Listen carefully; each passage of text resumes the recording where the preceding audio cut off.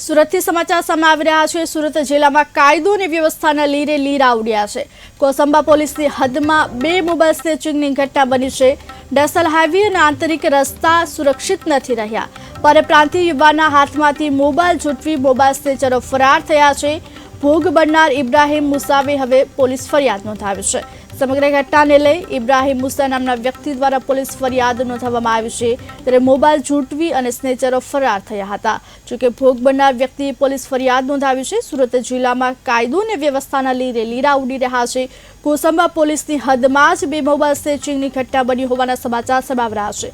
National highway અને આંતરિક રસ્તા હવે સુરક્ષિત નથી રહ્યા તેવી ઘટનાઓ સામે આવી છે। પ્રાંતીય યુવાનના હાથમાંથી મોબાઈલ ઝૂંટવી મોબાઈલ સ્નેચરો ફરાર થયા હતા। ભોગ બનનાર ઇબ્રાહિમ મુસા નામના વ્યક્તિ દ્વારા સમગ્ર ઘટનાને લઈ પોલીસ ફરિયાદ નોંધવામાં આવી છે। ત્યારે સુરત જિલ્લામાં કાયદો અને વ્યવસ્થા કથળી હોય તેવી ઘટના સામે આવી રહી છે। કોસંબા પોલીસની હદમાં જો કે મોબાઈલ સ્નેચિંગની ઘટના બની છે। 2 મોબાઈલ સ્નેચિંગની ઘટના બની છે। નેશનલ હાઈવે અને આંતરિક રસ્તા હવે સુરક્ષિત નથી રહ્યા।